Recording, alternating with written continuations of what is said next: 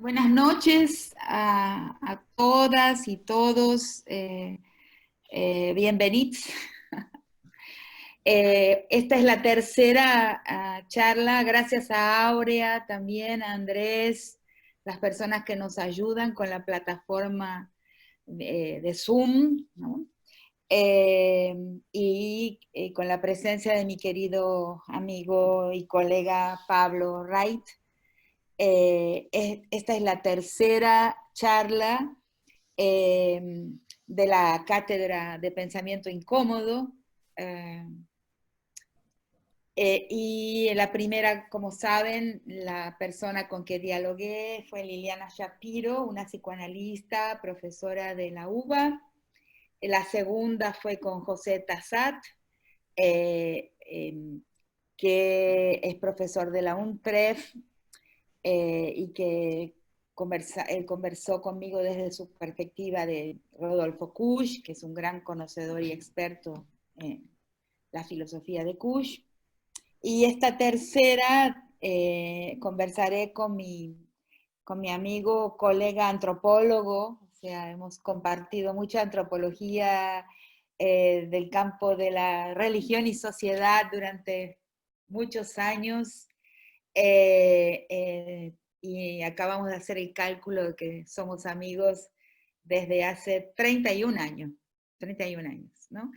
Y fue de Pablo que escuché por primera vez las expresiones copresencia y cocorporalidad, que me llamaron muchísimo la atención hasta hoy, en que nos tenemos que preguntar justamente eso, ¿no? ¿Es completa una comunicación sin copresencia y sin corporalidad, sin materialidad?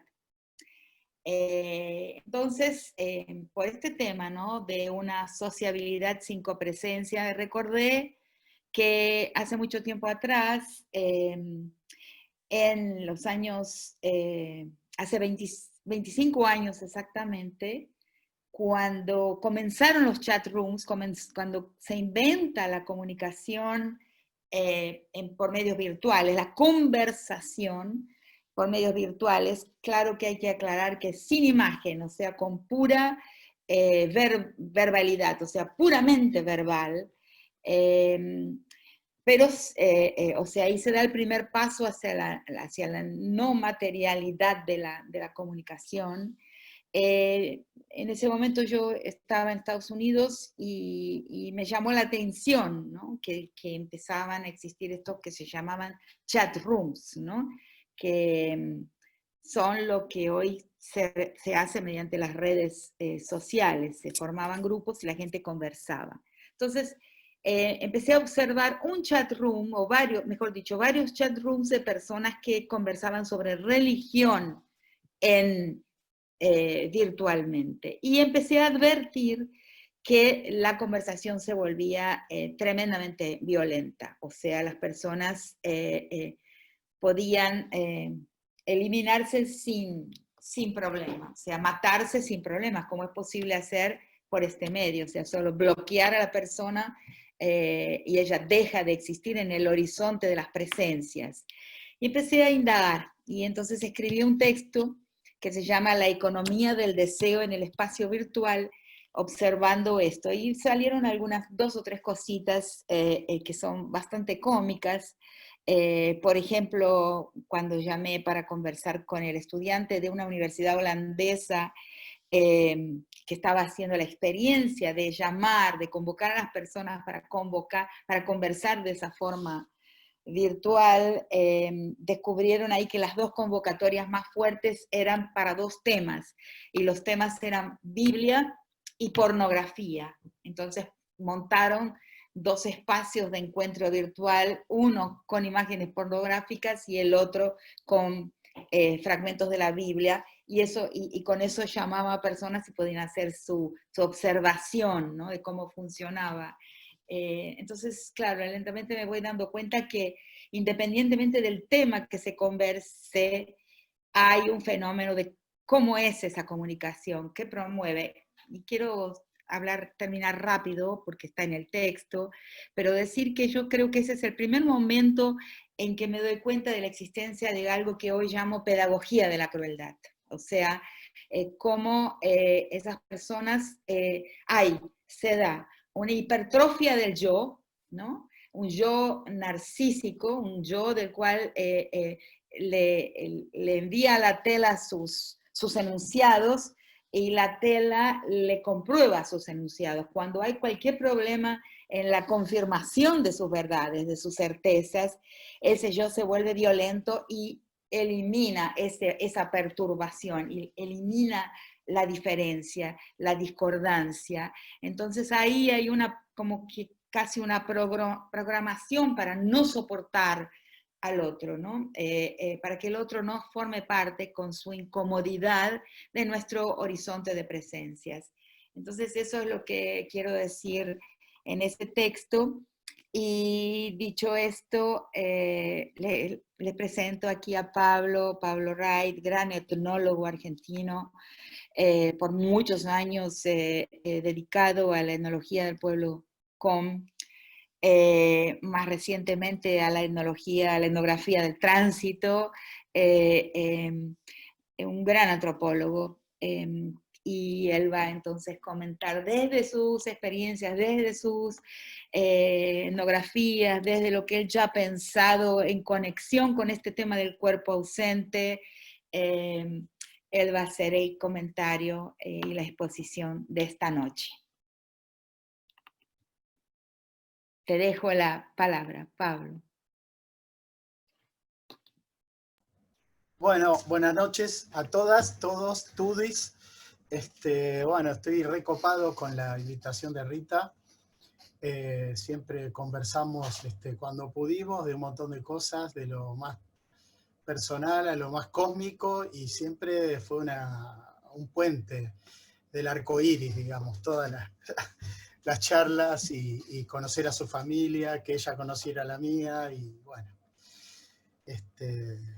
Y bueno, Rita combina el corazón con la poética, con la mente.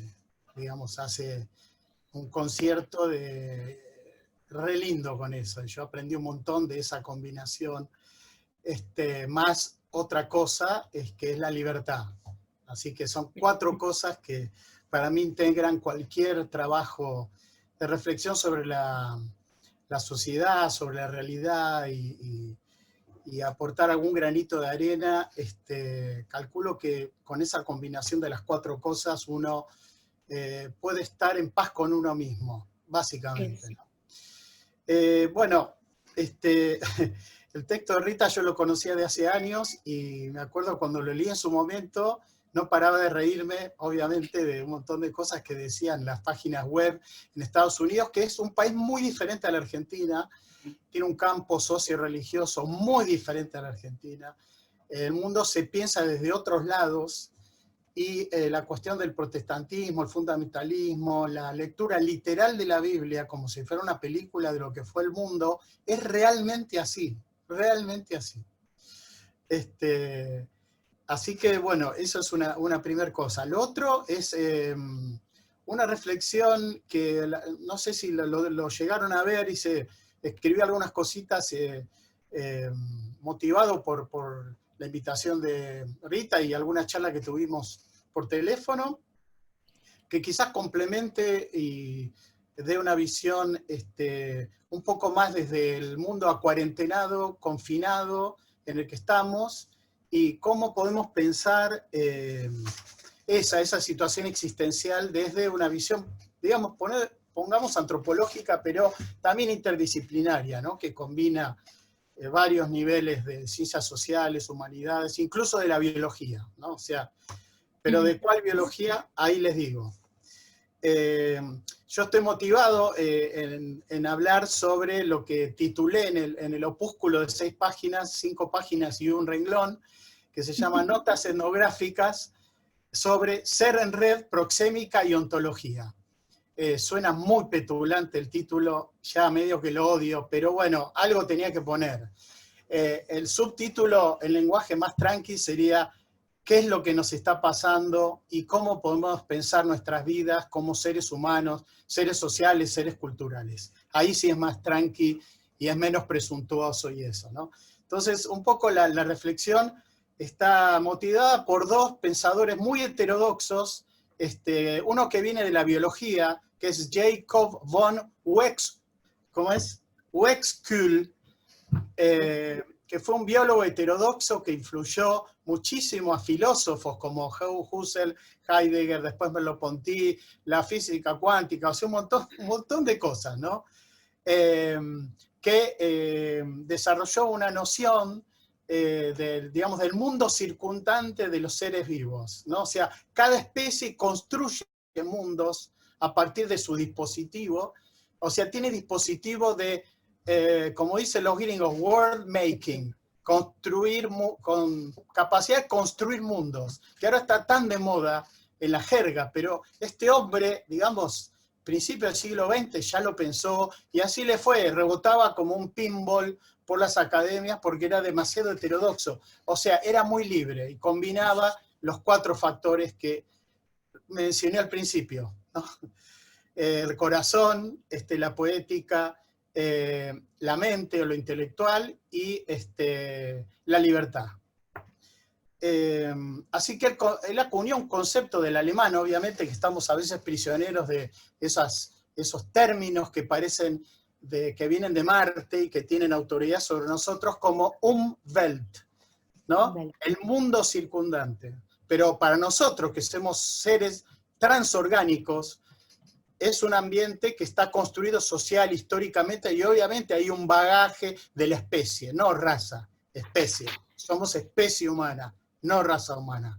Eso Rita ya lo dijo en varios trabajos, pero en el sentido común y en los medios de comunicación se sigue hablando raza humana, las razas extraterrestres, que yo trabajo las nuevas mitologías y siguen hablando de raza extraterrestre, ¿no? Bueno. La otra fuente de inspiración es Ursula Le Guin, una gran poeta, cuentista, novelista, una gran intelectual norteamericana, hija de Alfred Kroeber, que fue discípulo de Franz Boas, el fundador de la antropología norteamericana, que para los antropólogos es como el panteón, ¿no? Digamos, Di Stefano, Messi, Pelé, etc. O sea, están ahí en el panteón. Alfred Kroeber le contaba cuentos de sus trabajos de campo entre grupos indígenas de Estados Unidos a su pequeña Úrsula, y claro, le fue alimentando el imaginario a la pequeña Úrsula, que después, cuando no fue tan pequeña, generó universos maravillosos de mundos fantásticos, pongamos en la Tierra, poesías tremendas, alucinantes, que tiene una colección muy linda con Diana Velesi, que la gran poeta argentina, que Úrsula escribe en inglés poesías y Diana se las traduce al castellano y viceversa, ¿no? Que es, no me acuerdo el título del libro, pero es una maravilla de Dios que, digamos, en este mundo acuarentenado nos puede abrir un poco más los espacios, ¿no? Que están tan confinados. Ursula Le Guin escribió también novelas de ciencia ficción y cuentos que también son un ejercicio de la libertad y además modelos sociológicos alternativos, es decir, se va lejos al planeta invierno, a este planeta, al otro, y en realidad está hablando de otros planetas, pero también de la sociedad humana y de categorías de la sociología y la antropología, o sea, pero totalmente bárbaras, y es más, son mejores manuales etnográficos, esos trabajos que un manual etnográfico, aburrido, con categorías y todas las cosas esas que sufrimos cuando fuimos estudiantes, ¿no? Ella tiene un trabajito muy lindo, muy cortito, sobre, acá lo tengo, se llama La autora de las semillas de acacia, y otros fragmentos de la revista de la Asociación de Zoolingüística, que es un manifiesto totalmente especulativo sobre investigadores llamados zoolingüistas que quieren investigar el lenguaje de las especies vivientes, ya sea animales, como también vegetales, como también minerales, digamos, el mundo muy especulativo, y entonces hace como una autocrítica de lo que son los etnocentrismos humanos, los etnocentrismos humanos, no solo de la ciencia. Y también, obviamente, de la ciencia, el conocimiento, el lenguaje y el arte, ¿no? O sea, somos tan antropocéntricos que, claro, necesitamos que nos desconstruyan un poco este antropocentrismo o etnocentrismo, si es más colectivo, si es de alguna sociedad en particular, ¿no? Y entonces un poco con estas dos lecturas, que las vengo teniendo hace años y a veces las aplico en mi propio trabajo antropológico, incluso el trabajo vial, de antropología vial, hablo de los trabajos de Úrsula, de otros trabajos sobre Terramar, hablo de Harry Potter y las dimensiones oscuras de la vida humana, que podría ser un diálogo con todo lo que trabaja Rita del psicoanálisis, ¿no? Pero, digamos, a mí me pega un poquito más desde la literatura, porque enseguida salto la metáfora, ¡plaf!, me sirve como una piedra en un arroyo cordobés para saltar a conceptualizar la realidad, ¿no? Como decía algún filósofo, una buena metáfora refresca el entendimiento, ¿no? O sea, las metáforas se pueden transformar en conceptos o los conceptos en metáforas. Es una ida y vuelta, y con esas 4 vías de creación, de visión crítica de la realidad, ahí podemos hacer un trabajo dialéctico sobre nuestra propia realidad. Entonces, yo pensaba, con esto que les cuento, a ver cómo pensamos nosotros el ser acuarentenado, el confinamiento y lo que nos está sucediendo en este momento. Todos somos cajitas para el otro, ¿no? Esas cajitas de Zoom, y al mismo tiempo la mayoría, digamos, de los que vivimos en ciudades, vivimos en cajitas habitacionales, que estamos reducidos, ¿no? Así comprimidos, salvo alguna fuga, ¿no? Postestructuralista por la panadería, la pizzería, algún bar oculto, alguna bicicleta que ande por ahí migrante, ¿no? Fugitiva, o ver a alguien a lo lejos, hola, hola, ¿no? Que es un poco la convocatoria de Rita, esto del cuerpo ausente, ¿no? El cuerpo presente, el cuerpo ausente, y cómo se siente ahora la idea está del cuerpo bidimensional de la pantalla, que es como nos estamos comunicando, y cómo pensar eso desde de una endografía, digamos, muy básica, pero influida por la literatura, un poco la fenomenología, la hermenéutica, qué sé yo, la lingüística, pero, digamos, pudiendo decir todo esto en un lenguaje totalmente plano y llano, sin ningún tipo de jerga, ¿no? O por lo menos, si digo jerga, lo traduzco enseguida. Bueno, en realidad esto, Umwelt, quiere decir, bueno, el mundo circundante que cada especie habita y construye con su dispositivo. O sea, nosotros como especie humana también nos construimos estos mundos sociales de los que habló también la fenomenología del mundo social, de Schutz y todos esos trabajos tan interesantes. Pero claro, era una jerga husserliana que es insoportable de leer, o sea, es insoportable de leer. Le faltaba la poética más del lenguaje cotidiano, ¿no? Pero conceptualmente o filosóficamente es muy, muy rica, ¿no? Muy rica. Entonces, la pregunta es, bueno, ¿cuál es la naturaleza social de nosotros como seres acuarentenados? ¿No? Se nos ha transformado el Umwelt, ¿no? O sea, el espacio más cotidiano, los metros cuadrados que tengan ustedes, ojalá tengan muchos metros cuadrados al aire libre, ojalá muchos tengan esta capacidad de mover el cuerpo así, sin chocarse, ¿no? Y también de sentir el viento en la cara, bastante, ¿no? Hay mucha gente que vive en el campo, zonas rurales o lugares que bueno, ya toda esta ola pasó, o por lo menos, bueno, disfruten, por favor, disfruten, porque solo cuando no tenés algo ahí te das cuenta de la importancia que lo tenía. Es decir, una especie de sociología, antropología, filosofía obligatoria, porque uno dice, pucha, qué buena la cervecita ahí en el bar Bélgica, en Pedro Goyena, a la vuelta de Filo, que fuimos ahí con Adrián Ilescas de México, que lo estoy viendo, por eso les digo, es algo mínimo, ¿no? O sea, aunque no lleguemos a fin de mes, esas 11 o 15 clases de cerveza, que es como el lenguaje de los esquimales del que hablaba Boas, vieron que tenía tantos sistemas para hablar de la nieve, los esquimales, y nosotros ahora tenemos el lenguaje de la cerveza. Pero bueno, ya llegará el momento, y Adrián volverá a la Argentina, ¿no? Espero,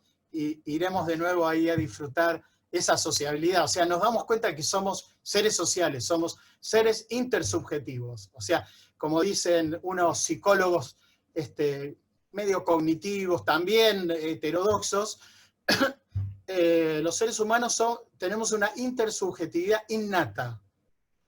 O sea, necesitamos del otro para constituirnos como sujetos. O sea, eso la psicología ya lo ha recontraprobado, pero el nivel de esta charla es más sociológico, más cultural, más antropológico. O sea, como seres sociales, ya sociales, con todo eso incorporado,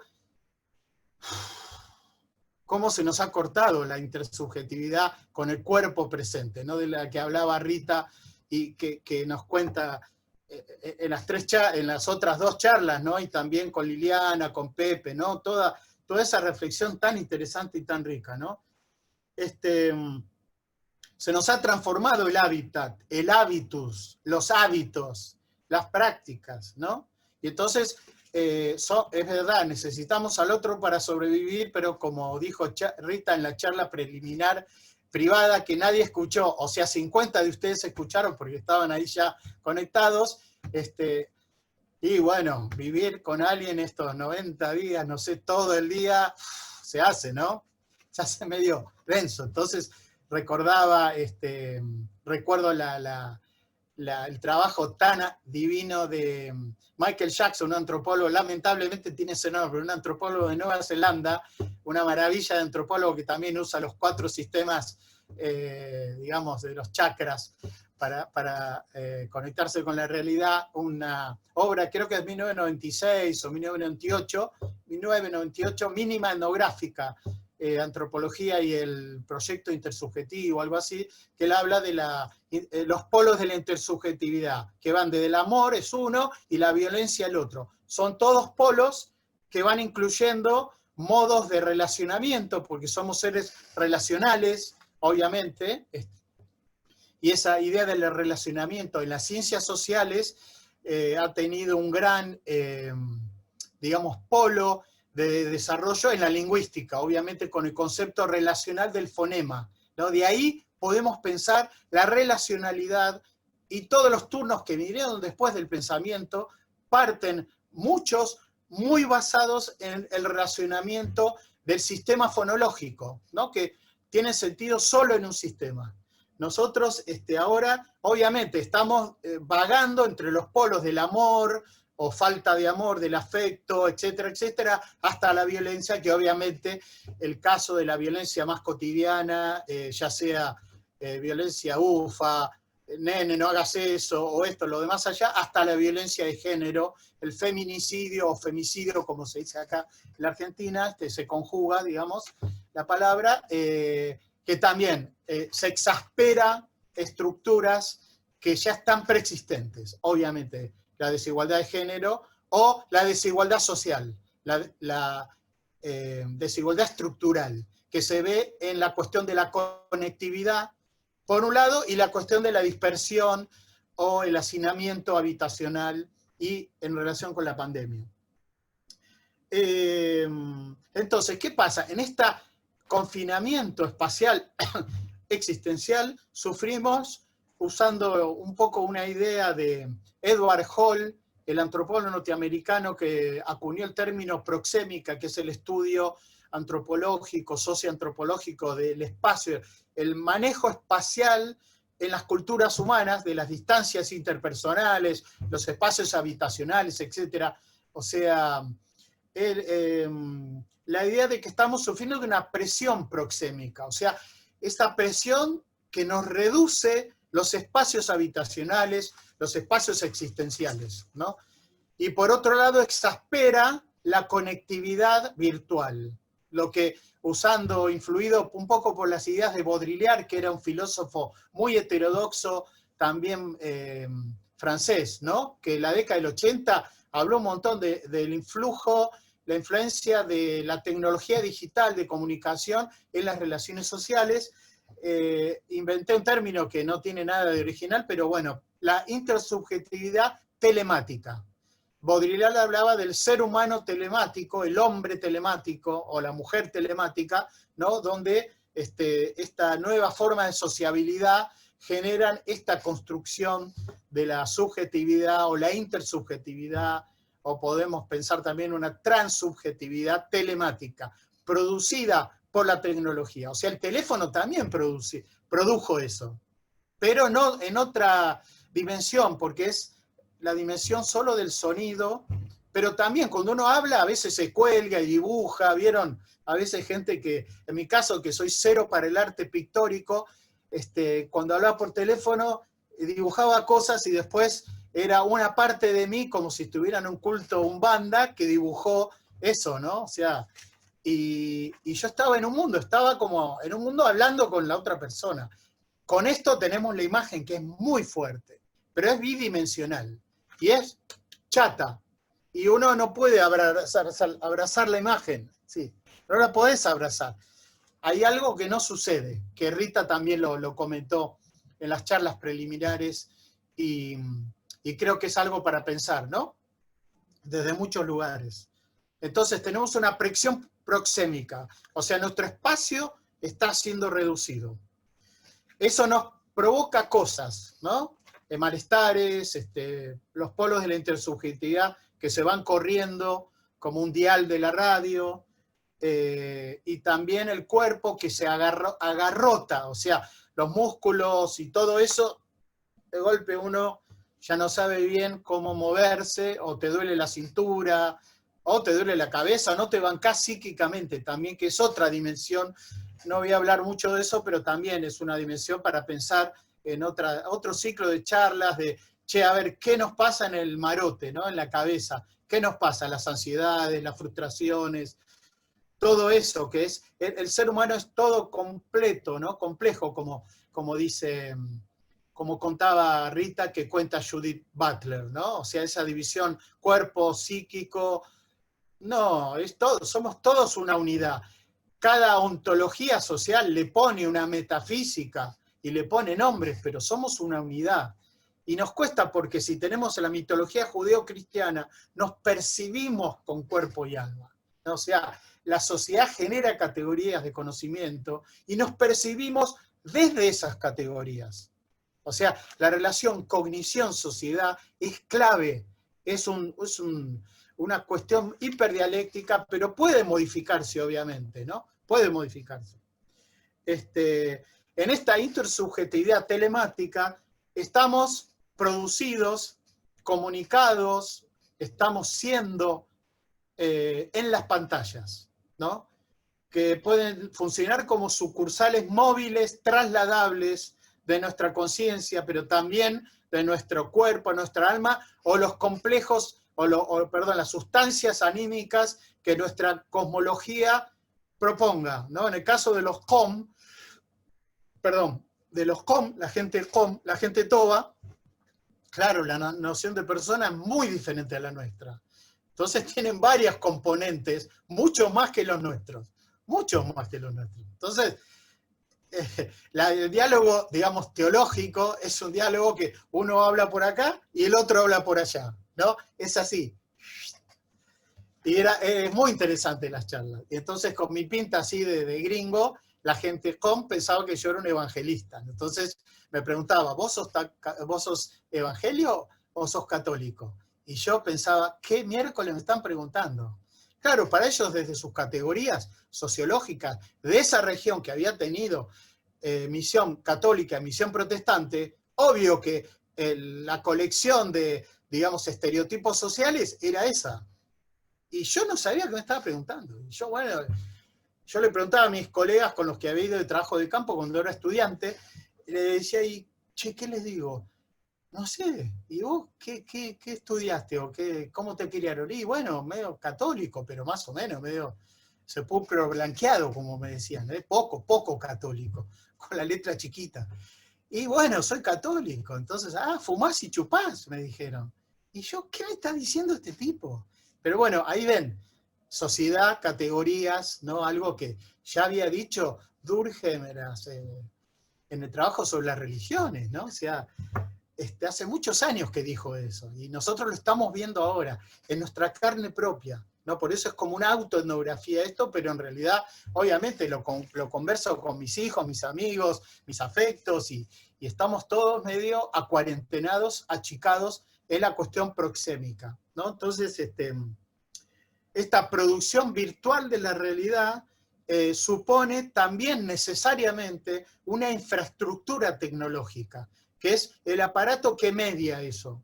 Pero, digamos, ahora ustedes no están pensando en el Zoom de un SAM, no están pensando en la computadora, están pensando o están como recibiendo lo que yo estoy hablando, están viendo los gestos de otras personas, o están con sed, o están mirando el celular, o lo que sea. No están pensando en la mediación tecnológica. Pero ojo, eso está funcionando ahora, y lo que pasa ahora es que se objetiva la desigualdad tecnológica y la desigualdad social de esta sociedad, o donde vive Adrián, que lo conozco, digo, Natalia, que vive en Montevideo, digamos, otras personas, Ale López, que vive en Moreno, estoy todo escrachando gente que estoy viendo, pero bueno, y yo tuve que ponerme la conectividad de mi celular, porque donde yo vivo se cortó la comunicación en un momento. En el momento anterior, cuando no era la sesión oficial todavía, ¿no? Entonces, eso también nos está mostrando esta situación contemporánea de estas desigualdades que una teoría crítica, como puede ser la antropología, la sociología, o digamos, la crítica postcolonial, la crítica decolonial, etcétera, tiene que dar cuenta de eso, tenemos que ir pensando eso. Entonces ahora, esta ontología humana, así un poco especulando cómo se nos constituye en el mundo de la pandemia, y seguramente después bastante, quizás menos, ahora estamos obligados al Zoom. Entonces ahora estamos obligados a este flujo energético donde pasan como una especie de arcoíris global, lo neuronal, lo eléctrico y lo electrónico, ¿no? Que cuando algo falla de ese circuito, se cae la comunicación.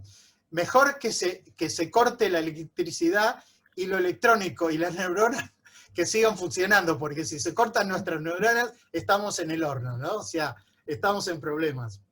Entonces, este ingreso desde la pandemia en cada uno de sus países, sus hogares, quizás haya sido en diferentes momentos, quizás estamos ya ingresados en una nueva existencialidad.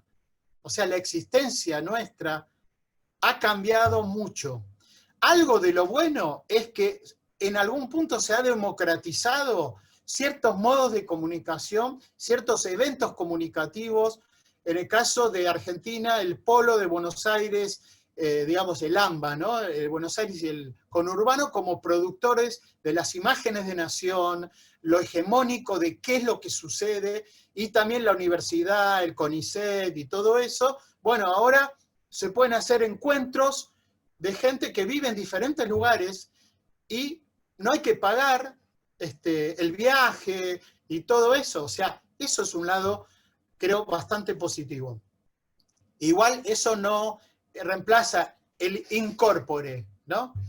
En esta nueva existencialidad también, ahora aparecieron en Facebook, vieron los avatares, vieron que es una versión de uno idealizada, racializada, con la escala del blanquito arriba, por supuesto, y más joven, la cuestión de la juventud.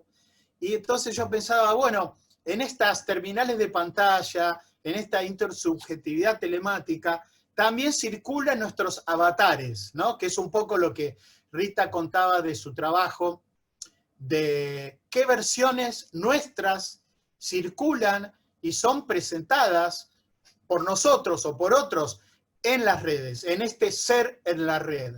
Es una presentación del ser de Goffmaniana, es una multiplicación dramática al estilo de Kesselman y de Tato Pavlovsky, que viene del arte, el psicodrama, ¿no? Lo tomo como una especie de ayuda para pensar, no exactamente que sea eso, pero o sea, cada versión nuestra que aparece en las pantallas de los demás, ¿somos nosotros o es un ser más subjetivo que va circulando y es interpretado por las personas que están del otro lado? Y se van armando, ¿no? Yo presento mi avatar, es una versión mía, y los demás van viendo esas versiones mías homogenizadas y pasteurizadas, ¿no? Que es un poco lo que relata Rita con el lado oscuro de las personas que aparece en la red, ¿no?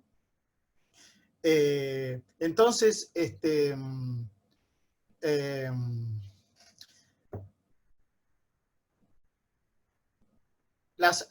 a través de las pantallas, entonces van circulando estas sustancias nuevas o de lo nuevo real, que es lo visible, bidimensional, y a veces un avatar, una presentación muy editada nuestra. Y si es del lado oscuro de la fuerza, es una versión anónima en los chats, en seudónimos, en Facebook truchos, en Instagram con otro nombre, lo que sea, digamos. Entonces estamos en presencia, estamos viviendo a través de esta sociabilidad telemática, ¿no? Que produce un montón de mecanismos sociales viejos y nuevos mecanismos. Sin embargo, la falta del... otra cosa. En algunos momentos de esta intersubjetividad telemática se produce lo que yo llamo, adaptando el concepto de Víctor Turner de comunitas, de la comunitas de los rituales donde se produce como una noción de común unidad, donde uno comparte con los demás personas que transitan el mismo ritual, generalmente los rituales de iniciación, cuando uno está transitando ese ritual se produce la comunitas, esa común unidad. Yo acuñé en el año 95, hace muchos años, la noción de telecomunitas, o sea, una comunitas producida o teleproducida por estas mediaciones tecnológicas, en ese momento pensando en los teleevangelismos que producían comunidades morales del otro lado de la pantalla de la televisión, pero ahora tenemos las tablets, las computadoras, internet, los celulares, etc. Entonces hay como una posibilidad, no solo en los rituales religiosos, sino en los rituales sociales, esta noción, pensar nada más, como una ayuda para pensar, esta telecomunitas, bueno, el cumpleaños, ¿no? De mi hija, que estaba con su familia, su mamá, sus hermanos, qué sé yo, y yo acá viendo el cumpleaños, ¿no? O sea, fue muy lindo, y después cuando terminó la pantalla, como quien termina una película, me quería matar, o sea, porque no tenía los postliminares, no tenía el olor de la torta, abrazar a la gente, el feliz cumpleaños, soplar, pero el soplo real, directo, no la imagen del soplo, ¿vieron?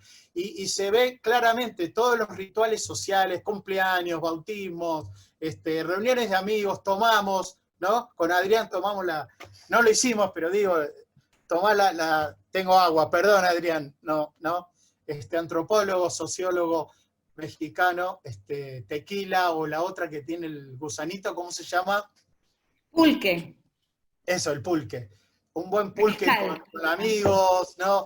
Es todo teleproducido, pero se produce una conexión, ¿no? Una telecomunitas, no sé si sirve mucho el concepto, pero por lo menos para pensar estas sociabilidades telemáticas, ¿no? Que estamos ahora viviendo con eso. Si no, vas a ver a tu abuelito y quién sabe, tal vez lo contagias, o lo ves de lejos, ¿no? Pero el abuelito necesita el abrazo del cuerpo, porque su hábitus supone el cuerpo en el contacto del saludo, ¿no? Las etiquetas del saludo corporal. Nosotros, bueno, más o menos zafamos con el contacto virtual, pero igual falta, hay algo mucho que falta.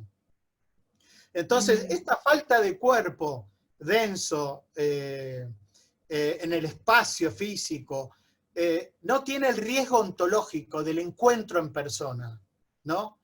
yo creo que eso es importante. No tiene el riesgo que es, y yo no sé qué va a pasar en el encuentro con el otro en persona, ¿no? En persona, ¿no? Es quizá el riesgo ontológico en la telecomunitas o la intersubjetividad en las redes, nuestro ser en la red, quizás haya otros riesgos, ¿no?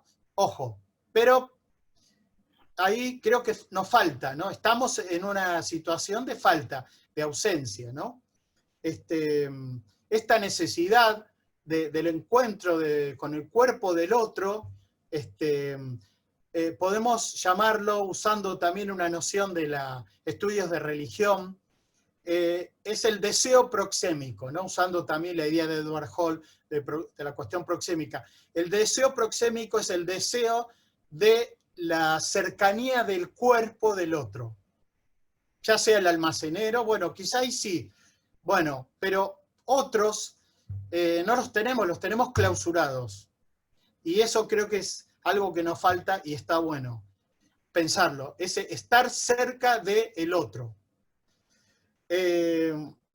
Entonces ya termino, ¿no? Estas dimensiones multisensoriales de la carne en el mundo, tomando la idea de Merleau-Ponty, creo que es algo que estaría bueno pensarlo, reflexionar un poco más, ¿no? De cómo se modifica eso en esta situación contemporánea y cómo eventualmente mejorar quizás las políticas públicas con un lenguaje muy llano, no carne en el mundo, ni Merleau-Ponty, ni nada, sino, mirá, flaco, necesitamos un poco algo protegido, pero es algo para tener en cuenta, ¿no? Que quizás en la salud mental sea más el lenguaje en el cual se pueda decir esto en un término más articulado con una intervención pública. Entonces, esta necesidad del abrazo, del beso, de la mirada, de una presencia no telemática, creo que es algo que nos está faltando y esa falta nos impulsa, nos motiva dialécticamente a pensar si se pudiera con estos 4 elementos del corazón, del lenguaje, de la mente y no me acuerdo el cuarto más, la libertad, pensar un poco más hacia dónde vamos como seres sociales que somos intersubjetivos. Así que bueno, esto es lo que quería contarles y gracias por escucharme desde sus cajitas y no dormirse, aunque si se durmieron lo disimularon muy bien, así que los felicito. Sí, a ver. Gracias, Pablo. Fue muy inspirador, me fueron surgiendo aquí. Por un momento estuve ausente porque mi Zoom se desconectó. Y se desconectó por sí mismo, o sea, yo continuaba teniendo buena conexión de internet, pero el Zoom se cayó. Ahí tuve que hacer toda una operación y volví. Y aún habiéndome perdido un pedacito, eh, eh, tengo algunos comentarios sueltos y estuve pensando justamente en eso, en el hecho de que esos comentarios son sueltos, así. Eh, eh, y después abrimos porque hay diversas preguntas por el público, ¿no? Eh, estuve pensando,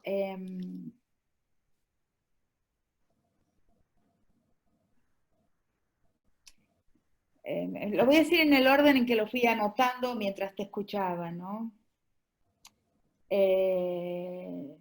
¿Será que, será que se súper intelectualiza la vida de esta forma?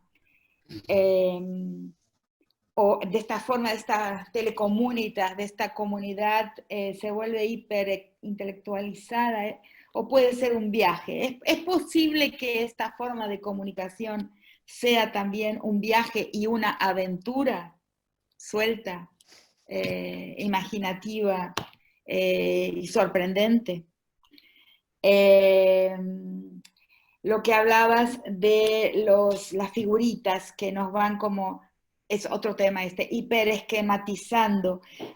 Es tanta la información, tanta la cantidad de otros que entran en nuestro horizonte. Por ejemplo, en este momento acá tenemos 469 personas y después cuando entré por el YouTube hay como 200 más. En esa cantidad de información, cantidad de gente que entra en nuestra vida, pasa a ser indispensable una hiperesquematización de los otros. Cada uno de los otros tiene que ser, hay una clasificación de otros porque en realidad nuestro disco duro no es capaz de asimilar la cantidad de otredades en su radical individualidad y diferencia. No sería posible. Entonces pasan a ver esos iconos, ¿cómo se llaman estos muñequitos que decís con el que nos representamos? Avatares. Avatares. Necesitamos entonces de avatares para clasificar. Avatares. Hay una hiperclasificación de los otros porque la cantidad de presencias se hace imposible ya de procesar, se hace imposible de asimilar. La otra cosa que pensé es, cuando empezaste a hablar de Víctor Turner, de Comunitas, y cómo en esta Comunitas telemática, en esta distancia y proximidad al mismo tiempo, pero ¿dónde se coloca el deseo, no? ¿Qué deseamos? O sea, podemos tener a toda la gente, a todo el mundo aquí en una pseudo proximidad, en algún tipo de, no una pseudo, pero en algún tipo de proximidad, en comunicación. Pero entonces en esta hipercomunicación, ¿no? En esta comunicación ampliada que se permite por este camino, por esta tecnología, y que nos vimos obligados y obligadas a experimentar por la pandemia, y de repente nos damos cuenta que tenemos una hiperconectividad con los otros, ¿no? Y en esa hiperconectividad y todas esas opciones es como un juego de naipes donde los naipes son ilimitados, ¿no? O sea, no hay un número cerrado de los naipes con que se juega. ¿Dónde se coloca el deseo, ¿no? ¿Cómo el deseo se orienta? ¿Qué queremos? ¿De qué es a dónde se orienta la búsqueda de la satisfacción? Porque queda abierto totalmente, ¿no? No sé si ¿me entendés?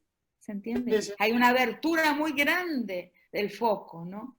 De hacia dónde voy, de lo que busco, de lo que voy a querer capturar. Se abrió tanto ¿cómo se llama esto? En la máquina de fotografía,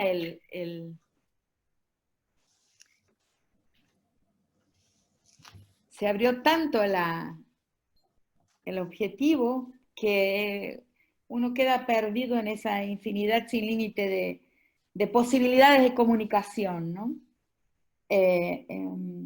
Y luego, finalmente, ¿no? Que la bidimensionalización de la vida, que eso es un problema. La vida es oral, o sea, y es oral en el lenguaje. Tenemos que hacer un esfuerzo extremo por la gramaticalidad. No hay agramaticalidad porque lo que vamos a decir es verbal y visual, pero en lo visual es bidimensional, o sea, hay un achatamiento de la vida, ¿no? Una cantidad de otros sentidos que son el tacto, ¿no? La textura del otro, el olor y la vibración, o sea, que eso nunca lo hablamos, pero las personas diferentes, por lo menos en lo que a mí respecta, tienen vibraciones diferentes, vibran en frecuencias de onda diferentes, y eso uno quiera que no lo percibe. No, aunque no está considerado uno de los sentidos, pero de hecho claramente debe ser uno de los sentidos, la percepción de la frecuencia de onda de las personas con quien nos estamos comunicando. Entonces son hipotrofiados, todos esos otros sentidos para magnificar la visualidad y que no es una visualidad de los cuerpos exactamente, sino del bidimensional, del diseño bidimensional de esos cuerpos y también de lo puramente oral. Por lo tanto, se pierde la agramaticalidad. O sea, a mí me gustó mucho tu discurso porque vos hablaste suelto, suelto. Por momentos ni siquiera había un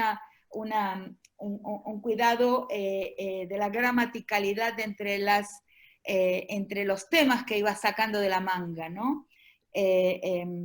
Pero para la comunicación por este medio hay una exigencia de articulación, o sea, tenemos que ser articulados, que eso ya venía mucho en la academia, mucho esa imposición. Yo lo sentí mucho en mi vida y me adapté muchísimo a eso, ¿no? Ser articulado. Ahora quizás podemos tematizar la necesidad del ser humano de no ser articulado, de ser agramatical, como son los poetas. La poesía es agramatical. O sea, creo que, y por eso la poesía está en decadencia total, ¿no? No hay casi poetas, hay muy pocos. No hay casi edición de poesía. Creo que esto me hizo pensar mucho cómo, vinculando dos cosas, ¿dónde está el placer? ¿Qué deseo? Bueno, deseo yo personalmente agramaticalidad, quiere decir deseo poesía. Te contesto y un poco el punteo que hice y anoté algunas de las preguntas acá que vienen al chat. No creo que pueda contar todas, que son totalmente alucinantes todas, pero no, obvio, lo que vos decís de qué deseamos, obviamente, ya antes de la pandemia estábamos dirigidos en nuestros deseos, ¿no? Las máquinas tecnológicas, las máquinas del mercado, las máquinas de los estados, la máquina del poder económico, nos van formateando lo que deseamos, diciendo que con eso voy a ser feliz, con esto voy a hacer lo otro, con eso voy a hacer lo de más allá. Y a la vez la sociedad tiene sus clasificaciones sociales de lo que es pertinente, lo que es impertinente, y de acuerdo a las mitologías que habitamos, puedo hacer esto, no puedo hacer lo otro, puedo transgredir acá, no puedo transgredir allá. O sea, el deseo siempre está como bien domesticado, siempre están siempre hay un cerquito que está ahí disciplinándonos, ¿no? Un poco lo de Norbert Elias y el proceso civilizatorio, aunque no sepamos, yo antes de leer a Elías estaba disfrutando muy bien como en la casa de mis viejos o de mi abuela paterna, que hablaba en inglés, o sea, y tomar el té era un ritual y era hipergramaticalizado, ¿no? Los platitos con los cubiertos, con las tortas y todo, absolutamente, ¿no? O sea, y bueno, ahí las cosas cambiaron bastante, ¿no? Y ahora... No hay ritual. Claro, era como que ese ritual era un ritual identitario, obviamente de una colectividad inglesa en Buenos Aires, y me formateaba un poco el deber ser mío para el futuro, tener una novia inglesa de piel blanquita o pelirroja, que hablara en inglés, que fuera una escuela inglesa. No me lo dijeron, pero estaba implícito casi en el ritual de tomar el té y todas las conversaciones que había antes, durante y después, ¿no? Obviamente mi familia no es solamente de ese lado, sino del lado de mi madre, que es más de acá, por decirlo de alguna forma, y mi abuelo materno fue a la Escuela Normal de Paraná, la que creó Sarmiento, y fue de la primera generación de ahí. Entonces hay toda una idea de racionalidad, iluminismo, positivismo, una cosa más intelectual, una identidad más intelectual, no étnica, que venía por ese lado. Y ahí salí, y ahí devine. Entonces mi deseo se fue complejizando. Entonces, llevando más al presente qué es lo que deseamos, qué es lo que queremos, mucho de lo que queremos no podemos lograrlo. No lo podemos lograr. Ahora, digo en el contexto acuarentenado, ¿no? Y realmente una gran frustración. Y por otro lado, hay Yo creo en el devenir del ser humano, no creo creo en las propiedades emergentes de la materia, de la naturaleza, del mundo. O sea, que la cosa puede seguir cambiando. Es lo contrario a una postura conservadora, ay, siempre no, mirá lo que se está perdiendo. Bueno, quizás pensar en lo que se está ganando, y en la cuestión del deseo, bueno, tenemos el deseo en red, ponele, pero eso genera una transformación del hábitos. O sea, la gente más joven seguramente la pasa mejor que la gente más grande, porque su deseo está siendo moldeado y realizado de un modo que quizás para mí no se realiza, ¿no? O sea, qué sé yo. Y la idea de la bidimensionalidad de la vida, la idea de la bidimensionalidad de la vida, creo que es un fenómeno que le quita espesor a las relaciones humanas, y eso realmente es una falta, la falta del espesor. Si no, piensen ustedes, ¿qué es lo que les gustaría hacer lo primero cuando podamos salir sin tener que gestionar un permiso de circulación? Y es un contacto, ¿no? Un beso, hacer el amor, no sé, comer una torta, no sé, cualquier cosa, pero siempre tiene que ver con una tetradimensionalidad, no una bidimensionalidad. Y es verdad, se ha achatado la vida en muchos niveles energéticos, muchos niveles de realización del deseo, que por su misma naturaleza es indomesticable. Siempre quiero un poco más allá, ¿no? Sí, sí, sí. O el deseo del otro está más completo que el mío, ¿no? Veo al otro, al vecino, la vecina, veo la otra familia, la otra pareja, qué sé yo, que están más realizados que el mío. Y eso que dijiste, me encantó que lo dijeras, lo del olor, la vibración, la oralidad. El olor es clave. A ver, dígame, ¿qué olor hay en sus casas? Y el olor del vecino que hace una comida que es infinitamente más rica que mi palta con la galletita de arroz que estoy haciendo. Y mi vecina de abajo, yo vivo en un dúplex, siempre cocina una carne al horno, sazonada, con puré, y me quiero matar del olor. O sea, pero puedo ir a pedirle, pero no lo hago.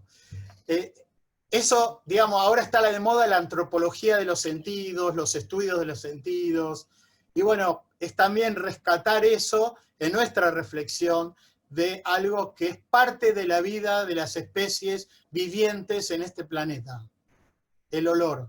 Mi gato, su internet es el olor, su teléfono es el olor. Claro. Los gatos de ustedes también. Es clave, para nosotros no nos damos cuenta de la importancia del olor en eso de la agramaticalidad de la vida, que obviamente la academia te la redomestica, y la cuestión del discurso articulado, obviamente, porque si no perdés el tiempo y no tenés los signos gestuales que a veces articulan lo que el oral no lo muestra articulado, ¿no? En el discurso bidimensional del Zoom. Y la vibración, ahí me encantó porque todos los grupos con los que trabajamos de heterodoxias socioreligiosas, no católicas, y que son marginales respecto al campo religioso y la ontología del cristianismo, obviamente hablan con este lenguaje de la ciencia, de la vibración, pero que es llevado a lo mitológico, a lo simbólico, a lo luminoso, y es interesante esto de la vibración, que uno lo puede decir, che, mirá, como diría hasta Mateas, alejate de los que vibran feo, ¿no? Alejate de los que vibran tóxico, tienen una vibración tóxica, o que tienen lo que se llama en algunos gnosis, aura rancia, que se huele. Es un estado del ser, es una vibración baja, ¿no? La metáfora de alto-bajo, y que se huele. Alejate de las auras rancias, ¿no?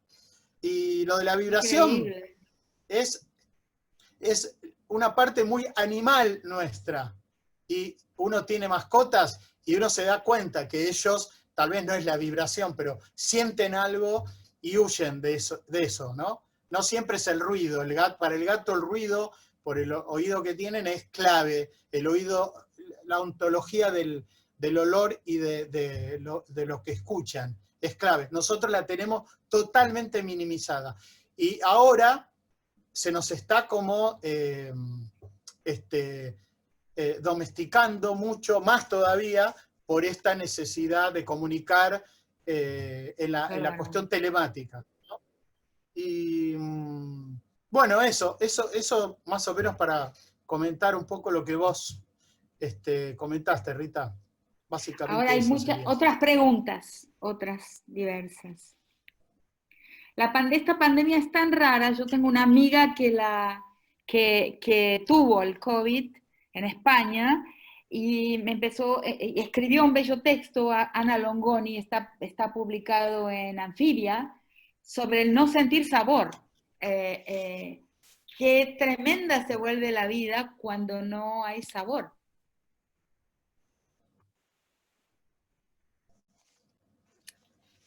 Bueno, ahora hay otras preguntas, ¿no? ¿Las ves, Pablo? ¿Podés ver las preguntas? Tengo algunas que anoté. Una pregunta sobre el tema de la modalidad bidimensional, así que eso ya con tu comentario y mi comentario a tu comentario, creo que ya lo hablamos. Hay una pregunta muy interesante, que es, ¿y la gente que no está en la red, cómo la pasa? Y mal. Son nuevos, subalternos, los nuevos pobres, no los pobres de un cuento de Bradbury o de Ballard, o de algún cuento digamos, de Asimov, ¿no? Los neopobres que no tienen conectividad, están fuera del sistema, fuera del circuito. Es un nuevo problema, o sea, es un problema que si bien ya existía, ahora está exacerbado, me parece. Y que tenemos que dar cuenta de eso, nosotros, ¿no? En nuestros trabajos, los que tengan militancia política o interés académico, en la intervención, en la articulación, en la transferencia. Creo que es importante poner el tema en el tapete, ¿no? En el candelero. Los rituales de gente fallecida, y claro, que no se pueden hacer ahora o con un mínimo de personas, y eso interrumpe un ritual donde la presencia del cuerpo muerto es clave para que fluya las energías psíquicas y energías sociales para poder hacer el duelo y el luto. O sea, eso también es importante que se incorpore en las discusiones actuales en este país para permitir que haya funerales con un mínimo, supongamos 10. No, el número, no sé, no lo puedo poner yo, pero tiene que haber un número de otros significantes para poder procesar ese duelo, porque eso va a generar estrés postraumático muy severos, muy severos. Tristeza, melancolía, nostalgia, ganas de hacer nada, y que si uno tiene mente neoliberal diría, bueno, las fuerzas productivas van a mermar mucho porque va a haber gente que no va a tener fuerza ni para trabajar, aunque pueda ir a trabajar de nuevo con su cuerpo presente. Hay algunas reflexiones interesantes, salieron en revista Anfibia, en internet se ven muchas reflexiones interesantísimas sobre esto, que es algo clave. Y el ser en la red nos ha minimizado, y un poco nos ha minimizado porque nos ha cambiado los hábitos de vida a los que estábamos acostumbrados, y seguramente la gente más joven tiene más plasticidad para, digamos, minimizarse menos que la gente más grande, que está habituada a sociabilidades tete a tete, con intercorporalidad presente, y no esta intersubjetividad telemática, ¿no? Más o menos esas son las preguntas que pude ver. Hay una sobre el espacio. Hay una pregunta que dice así: ¿Cuál es el papel del espacio o la construcción de la espacialidad en esta condición de pandemia? O sea, cuando estamos en cuerpo presente, construimos un lugar, hay una idea de lugar, o el espacio forma parte de la intersubjetividad. Y ahora, así conectados por pantallas, siempre es un mismo escenario, ajeno al del otro, y siempre el mismo, ¿o no? ¿Cómo podemos pensar el espacio de los acuarentenados? Mira, una buena forma de pensarlo es pensar que somos una especie animal. Somos una especie animal y cuando uno ve los animales en un zoológico o animales enjaulados, uno dice, pobre gente, ¿no? Pobres animales, pobres seres que viven enjaulados. O sea, ellos están mucho peor que nosotros.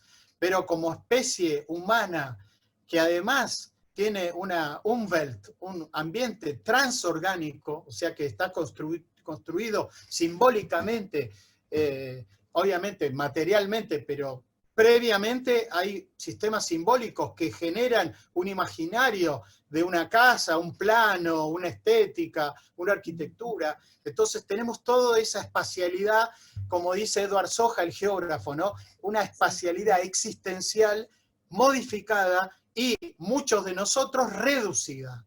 Entonces eso genera un estrés que también sería muy interesante que esté presente en las discusiones políticas públicas, porque eso es tan material como otras materialidades y problemas que, de los que se ha hablado mucho más que de estos. O sea, es algo esencial como especie tener un espacio donde llevar la vida, nuestra vida social, y un espacio, digamos, no digo metros cuadrados mínimos, pero necesitamos expandirnos espacial y socialmente. Por eso esto de distancia social en realidad no es distancia física. Conceptualmente es un equívoco. En lo que estamos es un distanciamiento físico. No estamos en un distanciamiento social.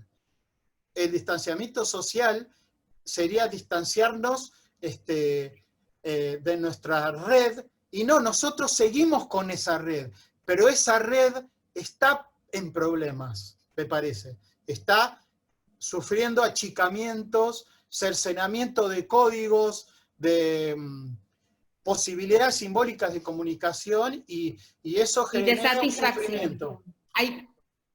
Y yo creo que ahí está la cuestión del deseo, hay una insatisfacción permanente. Por lo menos yo lo siento así. Sí, Para mí, ¿qué te da? Te morfás la vida, te comes todo. O sea, una forma de compensar lo que no tenés en otros niveles es, bueno, comés más, fumás más, tomás mate, más café, y después te enfermás de cosas que no tienen que ver con el COVID-19, sino con, para algunos, una única forma de, digamos, de expresar o satisfacer el deseo, que es con la comida. Es un ejemplo nada más, ¿no? O sea, pero a veces en el deseo sexual, en la saturación de la intersubjetividad corporal, también baja. O sea, no te bancás más al que tenés al lado, porque se ha cambiado como el contrato existencial de vida, que implica ir, ¿entendés? Ir y volver, salir, entrar, ¿no? Estar separados. Ahora estás medio como uno arriba de otro, me han contado. Yo no tengo ese problema de saturación humana, y el gatito se me sube más upa, ¿no? Pero igual me lo banco, puedo decir. Pero eso puede llegar a generar también violencias domésticas, que nos hemos enterado de esos problemas también.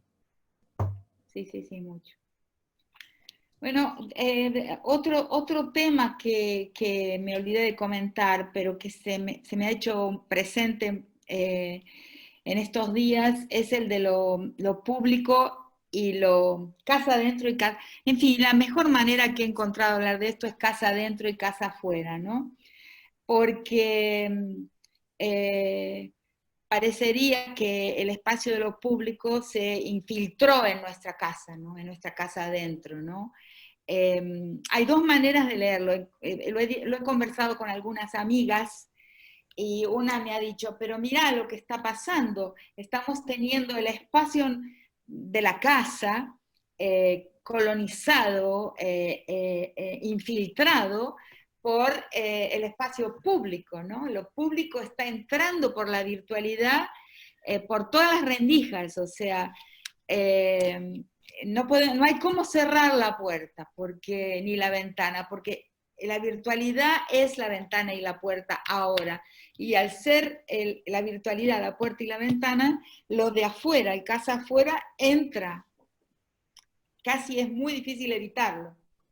O podemos verlo al contrario, porque yo estoy sintiendo que las personas se están presentando al público, a los otros, de una forma más cómoda, o sea, sin las ropas, sin el cuidado en la presentación del yo, que son imperativos cuando uno sale a la calle y va a una reunión. Son reuniones públicas en las cuales uno está dentro de casa, o sea, con la ropa de casa, alguna pequeña modificación. En chancletas, por ejemplo. Si yo estoy en chancletas, nadie se da cuenta, ¿no? Si yo estoy con el pantalón puesto, no, nadie se da cuenta. O sea, acá hay una presentación al público, más o menos, pero aquí para abajo nadie sabe. Entonces, eso también es ¿qué es lo que pasa más? Lo público que te invade y toda tu vida se vuelve pública, o hay una domesticación de lo público a través de esa entrada de uno de esta forma más tranquila, más a la sans façon, como vos con tu gato, ¿no? Yo con lo que está atrás de la parte de atrás de mi computador, ¿no? Es una pregunta también, ¿no? ¿Qué gana? ¿Qué es lo así como sobre la pandemia todo el mundo está preguntando quién va a ganar, ¿no? ¿Quién va a ganar el mundo? ¿Quién se va a apropiar del mundo y de los discursos cuando esto termine? De la misma manera, en este forcejeo entre lo de casa afuera y casa adentro, entre mi ser público y mi ser íntimo, mi ser doméstico, ¿quién va a ganar? Yo tengo una pregunta, no sé si lo podemos responder, pero para mí es una de las grandes preguntas. Yo creo que vamos a poder domesticarlo. Creo, pero no puede ser más que una creencia y una apuesta, que cuando salgamos a la calle vamos a salir en camisón. O sea, vamos a salir más. Y eso, si eso sucede, va a ser revolucionario, o sea, con ropa vieja. Va a haber toda una nueva relación con la ropa, quizás con el consumo. Estoy pensando en eso. No sé qué les parecerá aquí a las personas que nos... Hay como hay una tensión entre una forma y la otra, ¿no? O sea, domesticar lo público o que te domestican lo privado. Porque ahora ya hay imágenes de nuestras casas, ¿no? Acá yo estoy en el escritorio, y así como hablo acá, hablo en la facultad. O sea, yo lo que trato es que no me domestique lo público. Digamos, de no cambiar la presentación, digamos, el fantasma oficial que tengo de presentación del self, que sea el mismo. Porque si no, yo me siento mal acá adentro, ¿no? Porque es como soy un avatar obligado, ¿no? Obviamente, si hablara con autoridades o que te piden algo, bueno, sería un poquito más formal, pero trataría de resistir esa domesticación. Pero lo público está sufriendo también en esta situación una pérdida de grandilocuencia, me parece. Me parece. Sí, bueno, yo creo que eso es un progreso, para llamarle así. Creo que eso, si eso sucede, que vamos a domesticar lo público, y he hablado sobre ese tema otras veces de esa forma, si conseguimos domesticar lo público, habrá un camino. Yo creo que por ahí existe un camino. Igual pensando en lo de la ropa, más allá del chiste, la ropa es un lenguaje y tiene que ver con la construcción de la identidad personal, pero también de una identidad social. No sé exactamente si la gente va a salir en pijama, quizás metafóricamente sí, va a ser ahí sí como un acto de rebeldía o de resistencia, pero las formas, las etiquetas, lleva tiempo cambiar las etiquetas, lleva tiempo social, ¿no? Porque la etiqueta tiene una valoración, es una moneda, ¿no? Es un lenguaje de, de comunicación, de, bueno, esto quiere decir esto, ¿no?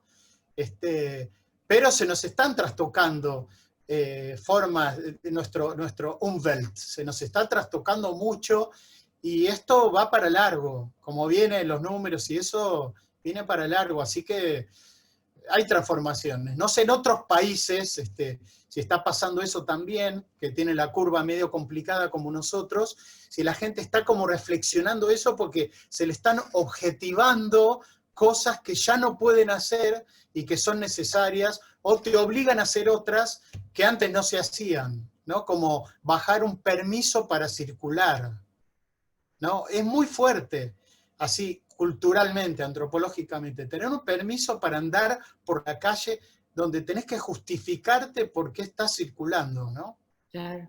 Es fuerte, ¿no? O sea, Es es fuerte, fuerte. pero Como hecho existencial, o ¿qué va a sea... quedar, no? Así como, por ejemplo, una cosa que observo, creo que debe ser general, que uno de las experiencias de su vida, en realidad es prácticamente imposible saber qué es lo que va a recordar.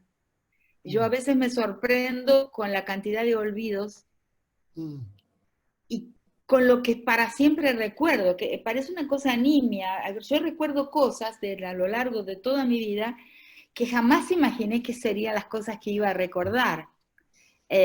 No se puede saber en el momento lo que te impacta de una forma que siempre, siempre ese recuerdo estará en algún lugar, más o menos presente. Es muy curioso.